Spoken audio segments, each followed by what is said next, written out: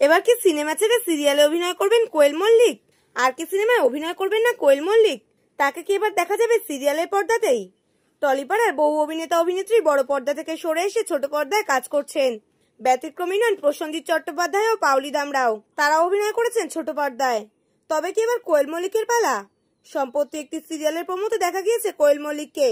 সত্যি জানতে চ্যানেলের সঙ্গে যোগাযোগ করা হয়। চ্যানেলের তরফে জানানো হয়েছে প্রমোশনের জন্য কোয়েলের এই আগমন, তবে তাকে সিরিয়ালে দেখা যাবে না। বিষয়টি নাকি পুরোটাই প্রচার। ধারাবাহিকটির নাম বধুয়া। বধুয়া ধারাবাহিকে দেখানো হয়েছে চাইল্ড অ্যাবিউজ, অর্থাৎ শিশু নির্যাতনের কাহিনী।